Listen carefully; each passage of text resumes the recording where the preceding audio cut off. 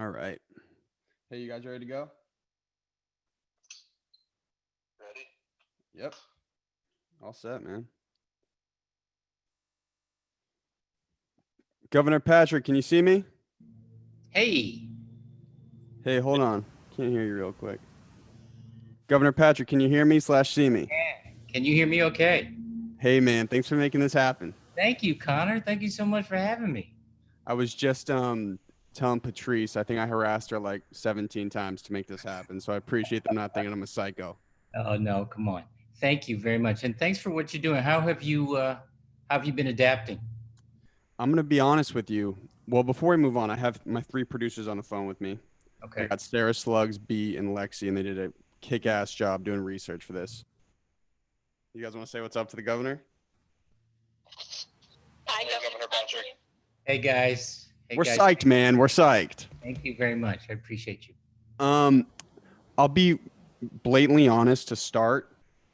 This is my 202nd episode, and this is the only time I've ever been actually nervous to Oh, talk. come on.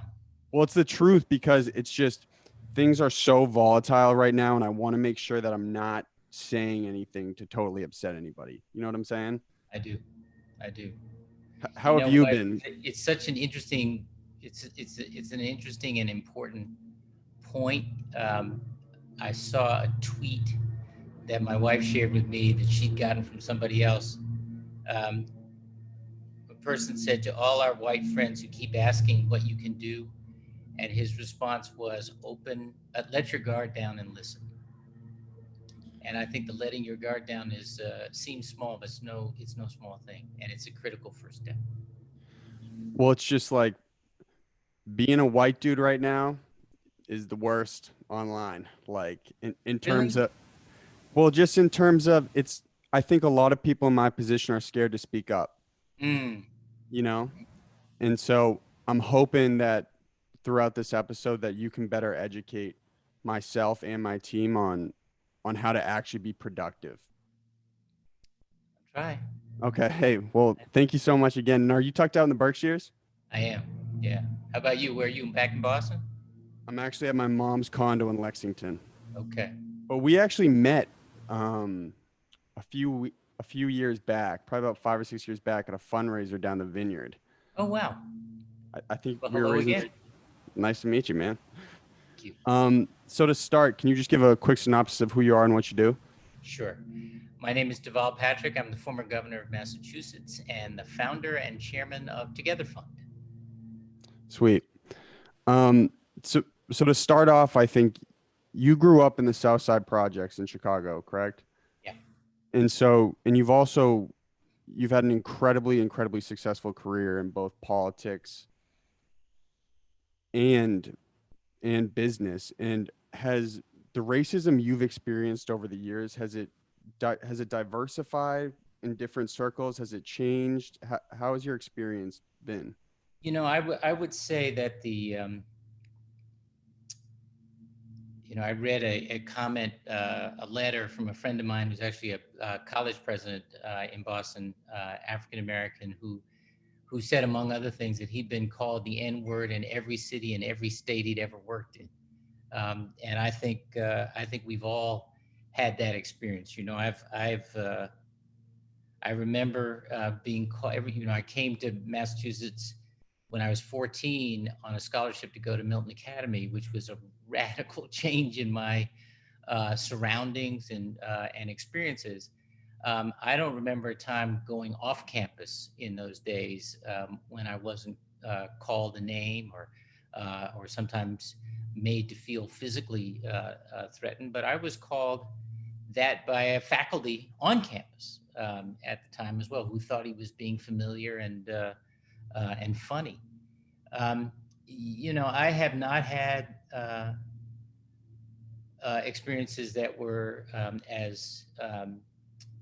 as physically hurtful or as devastating, of course, as what we saw in the videotaped killing of George Floyd a couple of weeks ago. But I've been involved in those cases. I have litigated those cases against police officers and departments, both as head of the Justice Department and when I was an attorney working in private practice or at the NAACP Legal Defense Fund. And, every one of us knows the experience of being stopped while driving, especially if it's a nice car in a white neighborhood. I was pulled over sitting in the passenger seat in a black SUV with a black driver when I was governor of the Commonwealth, and that black driver was a plainclothes state police officer. So, Wow. In the uh, city?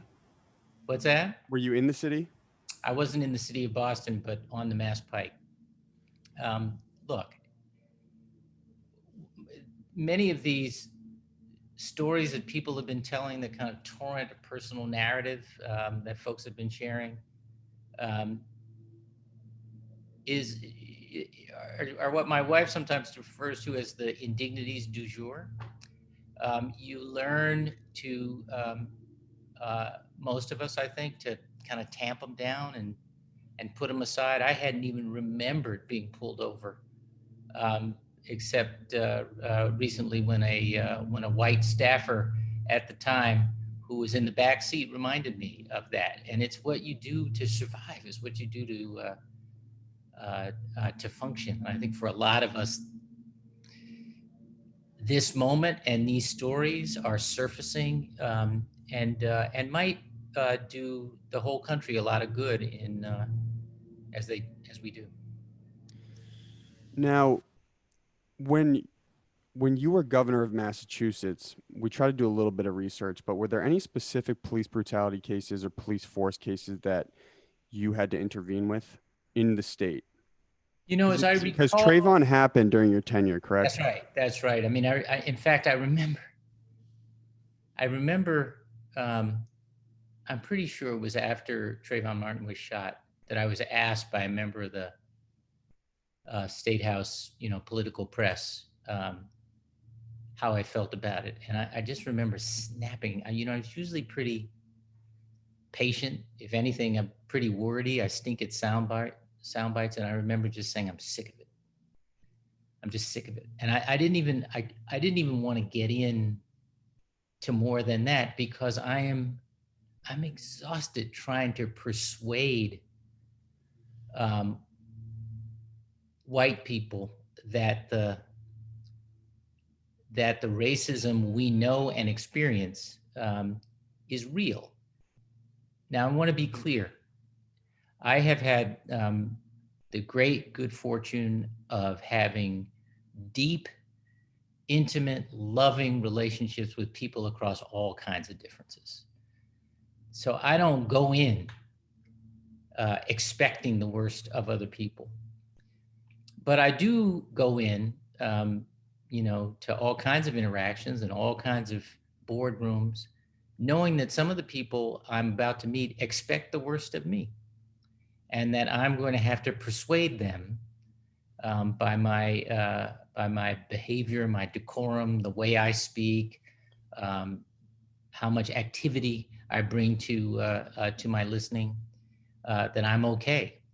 And I get that, but a lot of us are just um, exhausted by that. And that is the thread, if you will, Connor. I'm sorry to go on, but No, I appreciate this. that's Thank you. that's the thread that we recognize in in the nonchalant kind of matter of fact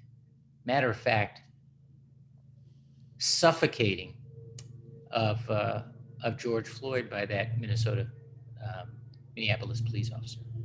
I mean, the video was so outrageous that there was no dispute with this one. It's like it's so in your face, like it was so blatant. Well, you There's no say there's no dispute. I appreciate your saying that. It was 4 or 5 years ago that we saw the videotaped strangulation of Eric Garner. To me, that was undeniable as well. To an awful lot of other people, it was undeniable. And there was outrage. But as I recall, the grand jury in New York decided not to indict. I remember trying a case in Boston that involved on behalf of a black medical student who was making out in the back seat of his girlfriend's car with her. Um, and a couple of police officers came up and tapped on the window and asked what was going on. And they were parked in a parking lot in Grove Hall, bothering no one. And she spoke up. She was white, and she spoke up and said, "This is my car. This is my boyfriend." And they didn't like it, and they hauled him out of the car and harassed him and roughed him up, put him in handcuffs, and brought him to the police station to spend the night. And when he was trying to have, through a lawsuit, his dignity restored, which is so often what a part of what these lawsuits are about. The fact that these two police officers talked about the written statements they had made, as they were required to make, independent of each other, without talking to each other immediately after the incident, and that it was a complete coincidence that those statements were word for word the same, Same. Yeah. right down to the misspellings and the poor punctuation. Just a copy And and that paste. even then, the jury said, it's okay, we're going to move on, and exonerated them. We have excused a lot for a long, long time, and I think that day's over. So obviously people are pissed past 2 weeks. Just everything's heightened. And I have this stance that obviously the looting is terrible, and especially the first day, but it was the catalyst to get nationwide attention on this like never before. Would you agree? No, I wouldn't, and I say that respectfully. I think the looting. I mean, I don't condone it, and I'm not going to try to explain it away other than just the result of accumulated rage and people being pushed just too far. I think my concern was, less so now, but it was that we would be so focused on the small number of people doing property damage that we wouldn't focus on the attention called by the vast majority of people peacefully uh, to the damage done to life and limb. And I think the focus has, on the whole, remained there, and it's enormously important. And if anything, the crowds have gotten bigger, and they become more diverse, which is also extraordinarily powerful and important, I think. What I mean is, I don't think people would have paid as close attention to everything going on right now as they are if there wasn't such an outrage initially. Does that make sense? I think that makes sense. I don't think the outrage necessarily, Is warranted. that it depends on the violence expressed as violence in order to get the attention. But I take your point. Okay. Um, so obviously people are so tense. I feel like, especially kids my age, we want just a plan. Like Yeah. just a plan. Like what do we do? I personally want to leverage my platform in the city so I can actually go be productive and do something, not just Yeah. post on social media Yep. into the void. Like what can we actually do? I have a bunch of ideas. Campaign Zero has an 8-point plan. There are 40 some odd really terrific recommendations that came out of President Obama's Commission on 21st Century Policing. There are some very specific ideas that apply everywhere, and some that will be very high impact in particular places. We will get to that, and we must get to that, and we have to sustain our attention and the pressure until we do get to that. But there is a period right now, Connor, and I just want you to try to understand this, where it is enormously important, as I was describing to you that tweet just before we start to recall, that white people who want to help, who care, um, let down their guard and listen, because the issues around excessive policing, the militarization and command and control of our policing cultures in many cities and towns, um, and the impact that had has had on so many Black men, most recently George Floyd, is really just a part of a whole. We should modernize policing, but we have to get on with making the criminal justice system actually just. And we've got to move on to the brutality in our, in our housing policies and practices, our healthcare policies and practices, our education policies and practices. There is a common thread through all of this, and that explains the fiscal and political retreat from so much of it for so long. And that has to be confronted. And by the way, everybody has a stake in doing so. So, if you were in a position as a policymaker right now, what would your first step be? I know it's such a broad issue. I know it's Yeah, and it's an impossible question to get quite right. I think probably, or answer to get quite right. I think probably the first thing would be to convene as many of the voices willing to talk and who are prepared to engage and listen. And that's going to be, organizations like the Legal Defense Fund, who have been working on, where I used to work, have been working on these issues for a generation or more, but also some of the young, new activists in community who have been organizing the marchers and enforcing, if you will, order and peace. And let them come in and be a part of so much of what we're experiencing, don't you sense, is people feeling unheard and unseen. And I think the first thing good leaders have to do is to hear and to see those voices. And then I think we have to work toward a common agenda. Not everything's going to happen, but there's some things that ought to. If you've noticed and found as moving as the images of police officers who have taken a knee when the protesters do, that show of solidarity in the minds of some, or respect in the minds of others, is a powerful de-escalation tool, right? It's a functioning, workable alternative to a show of force and a show of control.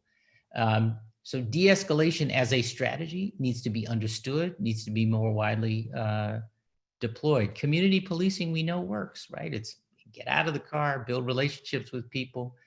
Restorative justice as a strategy works, but we got to get, to root causes around, generational poverty, hopelessness. And there's a lot, I think, that in policy and in leadership we can do to help. so just to peel back the layers real quick for anyone listening, just to be as practical as I can, you're saying right now it would be beneficial if people in a position like me, like white people, just shut up and just listen for some time. Yeah, and let your guard down, because it's going to feel like you're being accused. It's going to feel like it's personal to you. But ask yourself, what do you do when the cranky uncle at Thanksgiving crosses the line? What do you do? What do you say? Or do you just roll your eyes and say, well, that's Uncle so-and-so? Well, usually he's drunk. Hey, you know what? I have stopped going long ago to baseball games and football games because especially with my kids when they were smaller, because I just get tired of having to listen to the drunk fan a few rows over shout the N-word and ape at the players on the field. It's now imagine what it would have been like if it weren't I, but some white guy in the stands who said, cut it out, you're embarrassing yourself and you ruin the day for him or her. Do you understand what I'm saying? Yeah, I get what you're saying. I'm sorry. I didn't mean to laugh. I was just No. I'm all I'm saying is, there is there are issues in our culture that come up short of the violence we saw in the George Floyd tape, but that are a part of a whole, and we're all going to have to take some responsibility for turning that around. And an awful lot of it happens when no Black person is in the room or at the table, a part of the conversation. You got to call it out. You got to be brave enough to do so. So you were saying you want to demilitarize police. I had seen a bit on you on CNN where you're saying something similar. So if you were to employ a police force, like it's your perfect police force, what would it look like? Well, and I say this as someone who has had also very positive interactions with law enforcement at various times. I think we saw in many respects the best of the professionalism, restraint, and respect of law enforcement in the aftermath of the marathon bombing, for example, where we tried at the beginning to set a tone um, of turning to each other rather than on each other in the midst of crisis and turmoil. I'd want to see a police force where the membership was recruited from the neighborhoods they were policing, where they had the resources and the time and the numbers to be able to be out walking, building relationships with members of the community, becoming familiar, understanding the backstories of people, where we had extensive training in de-escalation as the first strategy when dealing with highly tense, highly dangerous situations.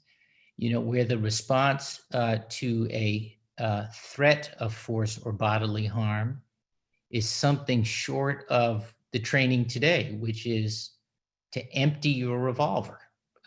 So if you feel, and we'll get to the point where to the question whether people why do so many people so instantly feel threatened in the presence of a Black person, that person is presumed dangerous, that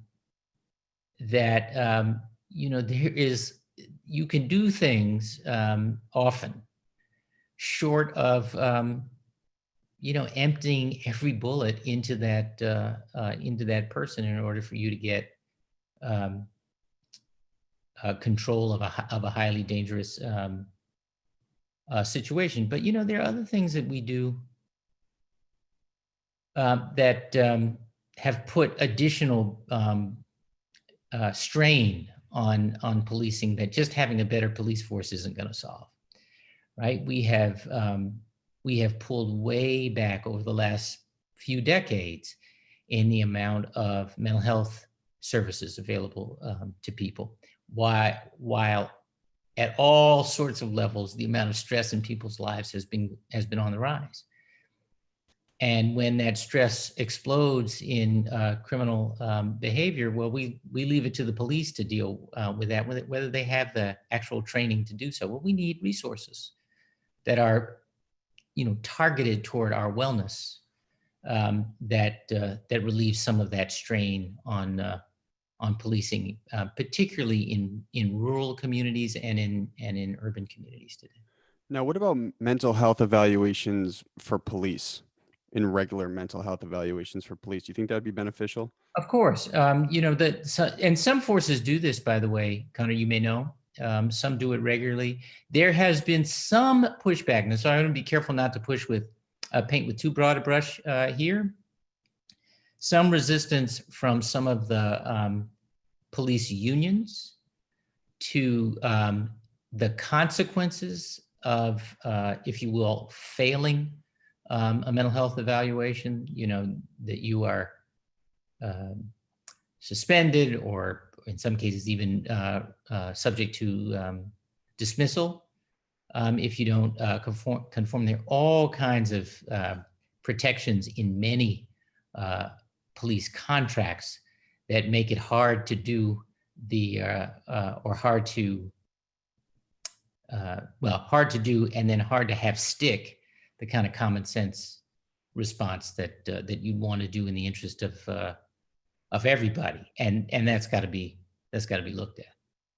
So what would that look like? Like every 3 months, you're a mass state trooper. You have to check in with a clinical psychologist, and they I, ask you a I, couple I, questions. Or yeah, I think you probably have to get a mental health expert to tell you what the right frequency is, what the degree of intervention ought to be, or whether it's, every 3 months or after, or is it every 3 months or whatever it is on a regular cadence? Do you also add in after some particularly, uh, serious incident like a police shooting or some other kind of violent altercation? You got to know that some of the police officers who have been ordered to disperse marchers or to just get in the marchers' faces instead of step back and give them their space. You have to know that that's on the minds and hearts of some of those officers. It's not something that to a person they enjoy or an order they necessarily agree with, but they are responsible to follow orders. So how you think about when to ask in a, if you will, macho culture, um, to insist that people take care of themselves for their own sake, but also for the sake of the safety of the community they serve, is something I think you probably have to get a better, more studied opinion on from a mental health expert. If I were in leadership, that's exactly the kind of questions I'd be asking. I can just see how there would be pushback saying like, I don't need to check in at a therapist once every 3 months. Like I'm fine. I don't need to do this. I could see why there'd be resistance to that, Of course. especially as you said, and the police force is pretty masculine. So And, but it shouldn't, the fact that, well, it shouldn't surprise us because, you see this same behavior in everybody else. Lots of people who, uh, who think mental health services are not for them because there's nothing wrong. well, it's Uh, just a stigma. I mean, and my generation's peeling that back a little bit. I think people are a little yes, more comfortable with therapy.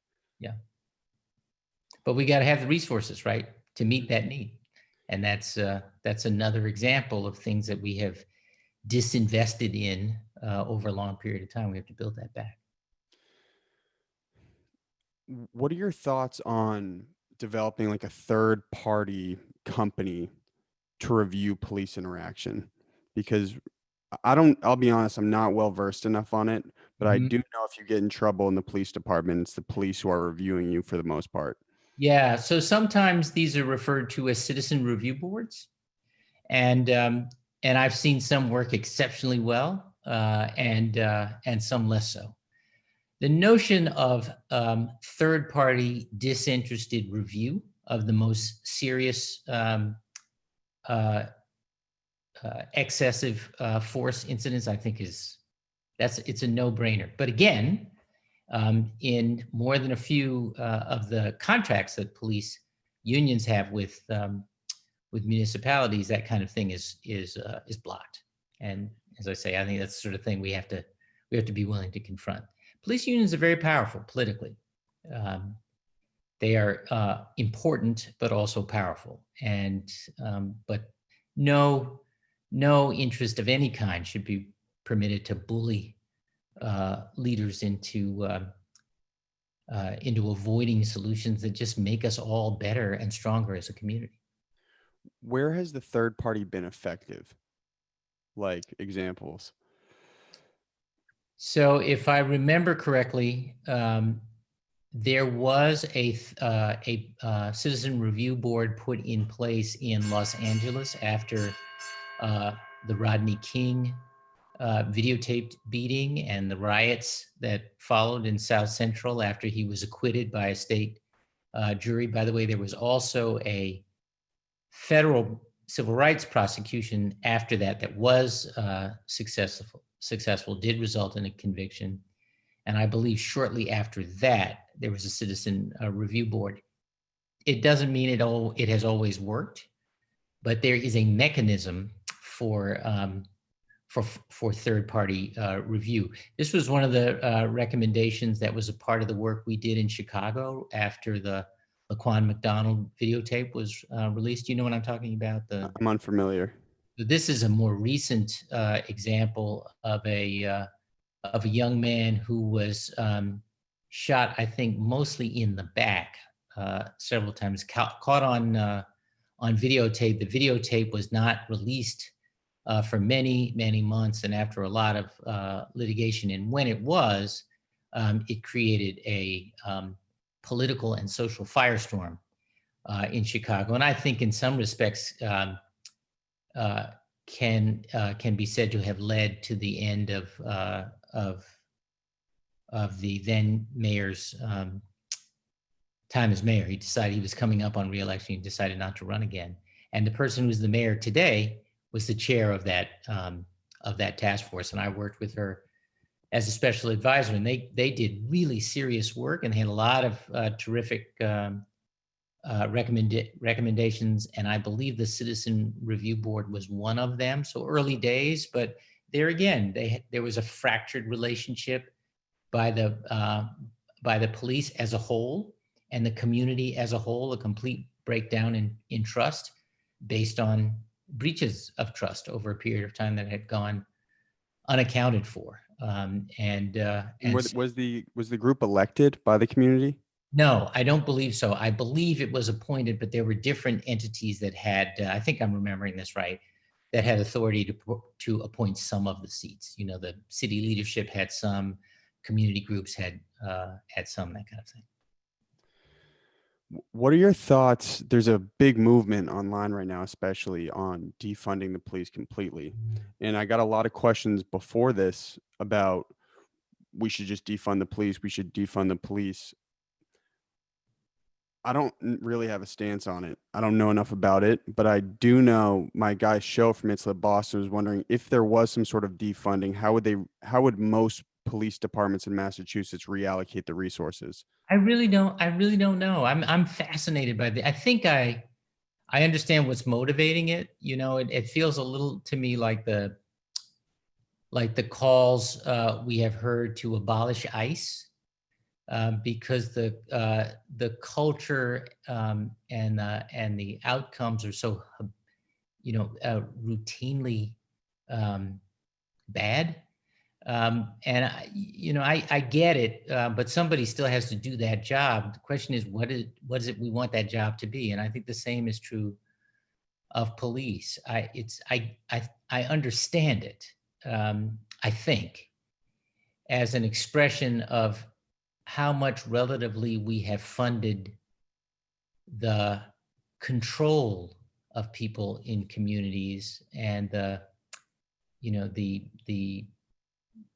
I guess that's the way to put it, the control of people in communities rather than the ability, or as compared to the ability of people in communities to make a path for themselves and a way up. So we talked about mental health services and how they have been gradually underfunded or defunded over time. The same can be true of schools in urban communities. It can be said of investment in business and in housing in Black communities and poor communities. And so I think that's what defunding the police is meant to point to, that we need to align our allocation of resources to what we say our values are, and move away from suppression to a strategy of enabling. Thematically, I'm down for that. But I think there's still some. Elaborate on what you mean. Well, meaning I totally accept and believe that we should emphasize public spending in the areas, in the line items, if you will, that are about helping people help themselves, right? Better schools, an innovation economy that grows out to everybody, not just up to the well-connected investors and so forth, and infrastructure broadly defined, right? Everything from healthcare to roads, rails, bridges, and broadband, because that's the stuff the public builds that serves as a platform for private investment and personal ambition, right? That's how you make sustainable growth. So if you can, the idea that we have underfunded those kinds of things and instead funded excessive policing, in fact, the militarization of policing, that imbalance is what I totally understand. And writing that balance, I totally support. Whether the answer to that is to simply take from police departments and give to others, rather than trying to move past this, zero-sum game, which is what we've been doing for a long time, is the part I haven't quite worked out. I think, how do you make the job of a police officer right now in this climate, for anybody who like wants to join the police force to actually make a positive impact? How do you make it more glamorous? Because right now it's kind of like the worst job in the world. Yeah, I mean, more glamorous, maybe not. I don't have an answer to, but more attractive to be sure. I mean, you know what? One of the things uh, I feel sympathetic to is that, having worked with a number of professional, respectful police officers who show that respect and show restraint, I know it bothers them to have the role of police writ large so discredited right now. And I'm hoping that they are not made to feel so defensive that they um, swallow whole cloth the worst dimensions of the culture that need to be eradicated. I thought it was a pretty extraordinary thing that the National Fraternal Order of Police issued a statement condemning the George Floyd killing. In my experience, they and their local counterparts would in the past have been the last to do so. And I think it is going to be critical that we have and that we elevate our allies in law enforcement as we start to, in leadership and rank and file, to be part of reform. So I think if you are if you are if you see yourself or aspire to be a true public servant, not a master over others, but a servant of the public, if you are equipped to and interested in the work of building relationships with people, even people who are different than you, and opening yourself to understanding. And if you are prepared to show real allegiance to the constitutional limits of your job and not excuse them, as is so often the case, then that might be exactly the kind of candidate we need to join the ranks of police today. And so, how do you create legislation where you allow police to do their jobs and not have to walk on eggshells while also mitigating just like ridiculous force, you know? Yeah. So some of that's going to be legislation. Some of that's going to be training. A lot of it is going to be example, right? We're going to show people what we're talking about, and that means again, those members of the force and those members of police leadership who get it, if you will, need to be elevated. They need to be pointed to as examples of what effective and successful policing is. There are some nuts and bolts, and a lot of them you've heard about or will hear about as some of the organizations put their what we used to call list of non-negotiable demands on the table. But there'll be things I would hope about what we emphasize in training, things like de-escalation, restorative justice, and so forth. I would hope that we would have real accountability mechanisms for police, ones that aren't thwarted by the terms of some of the more extravagant terms in some of the police union contracts that aren't just overturned. You can fire someone because you think they're terrible, but they get their job back if they uh, uh, appeal because you haven't because the process hasn't been to the letter just so. I mean, there are things like that. You hear a lot about changing the rules around immunity. That gets a little technical, but Elaborate. well, it's as I say, it gets a little technical. It's probably, and I'm probably not an expert enough. But today, in many jurisdictions, most jurisdictions, police are personally immune from liability for excessive use of force. And the liability falls entirely on the jurisdiction they work for, The and not department, yeah.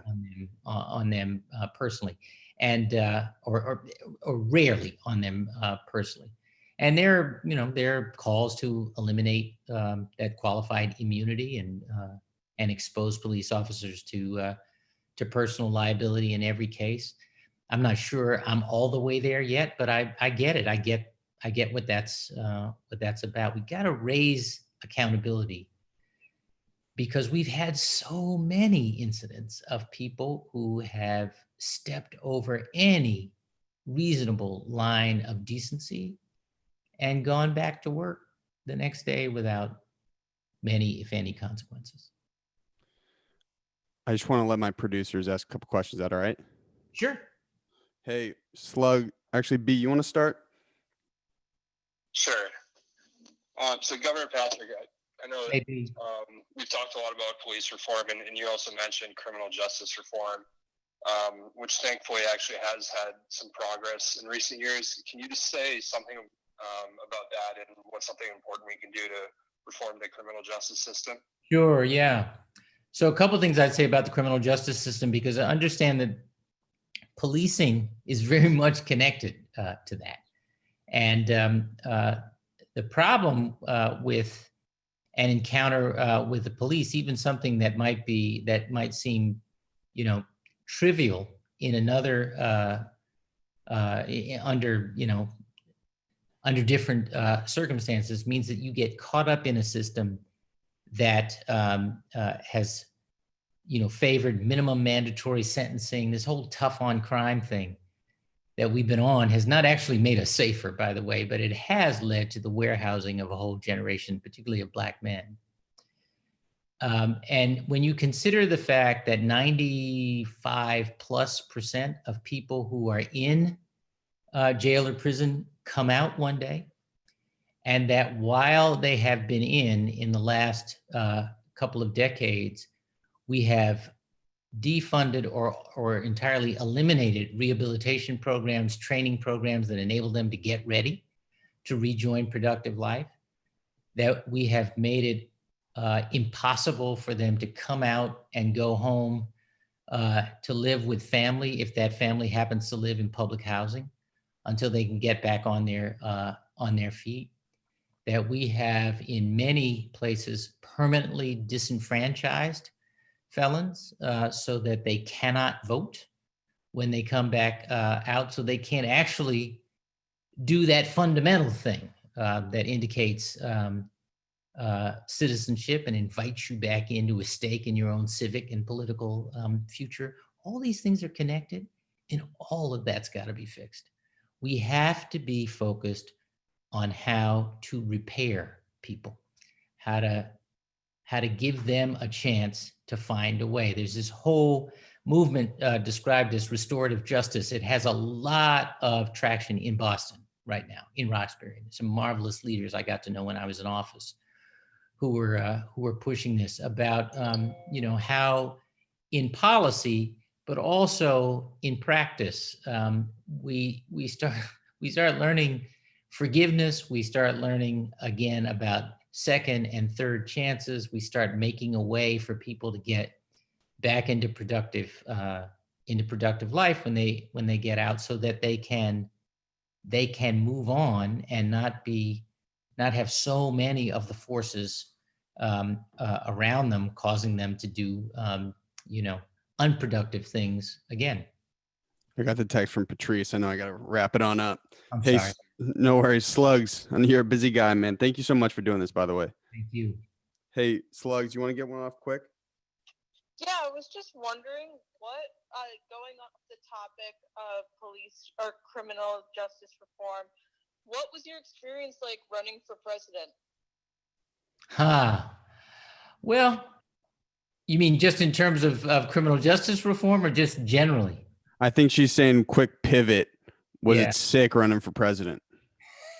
It was sick. It was sick. You know, we came in later than everybody else, almost everybody else, and in many ways, you know, it was interesting to talk to people about being so-called late, because nobody had yet cast a vote, but there was so much focus on the smartest way to be sure that we defeated Donald Trump.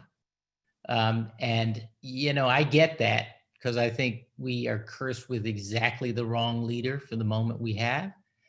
But in my experience, what Democrats need to do to win is to focus more on what we're for than what we're against. And I think trying to get people to focus on that was a challenge. They understood it. They wanted to believe it, but I think had we had more time, we'd made a lot more progress. But Well, it it's was just that there's such a still crazy marvelous people. polarity. Yeah, no, it's You know, true. it's Trump or no Trump right now. That's kind of just what everyone's thinking. That's right. And I just say, you know, beware, because that might not be enough. Do you want to run again, maybe? I'll come back on when I'm ready. Okay, all right. To answer that question. Hey, Right now, man. I'm trying to help the Biden campaign and some candidates for the Senate and the House, especially those running in so-called red to blue districts or states where Democrats haven't competed before.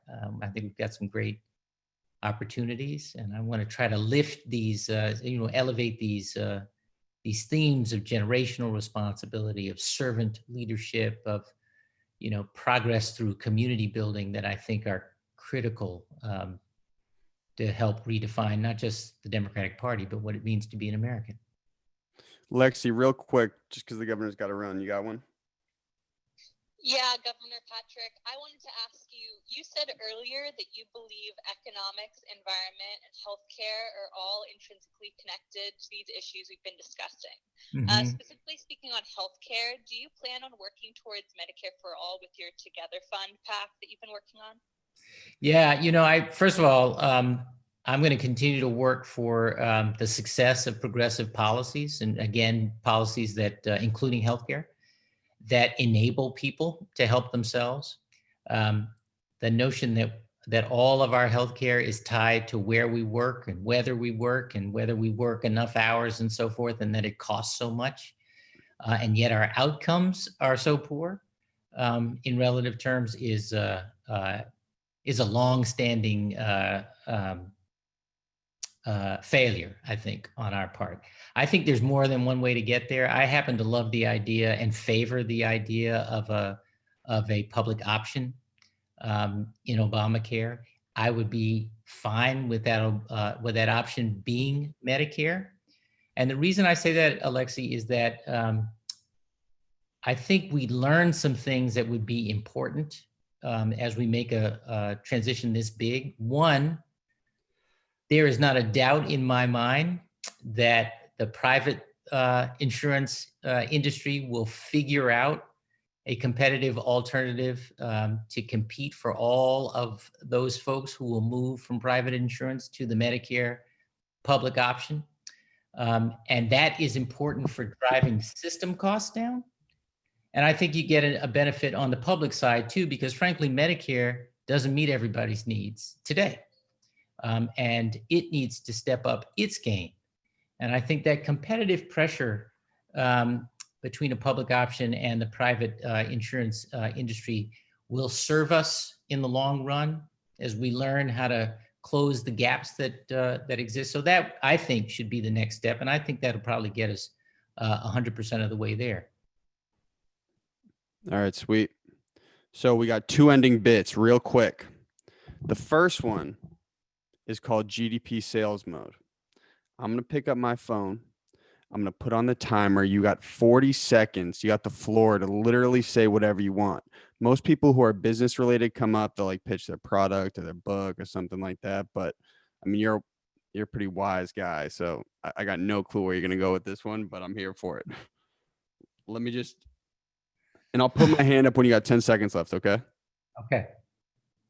Patrice, I know we got to wrap this up. I'm sorry. 3, 2, 1, sales mode. So look, everybody, if the character of the candidates is an issue in every election cycle, this time it's the character of the country.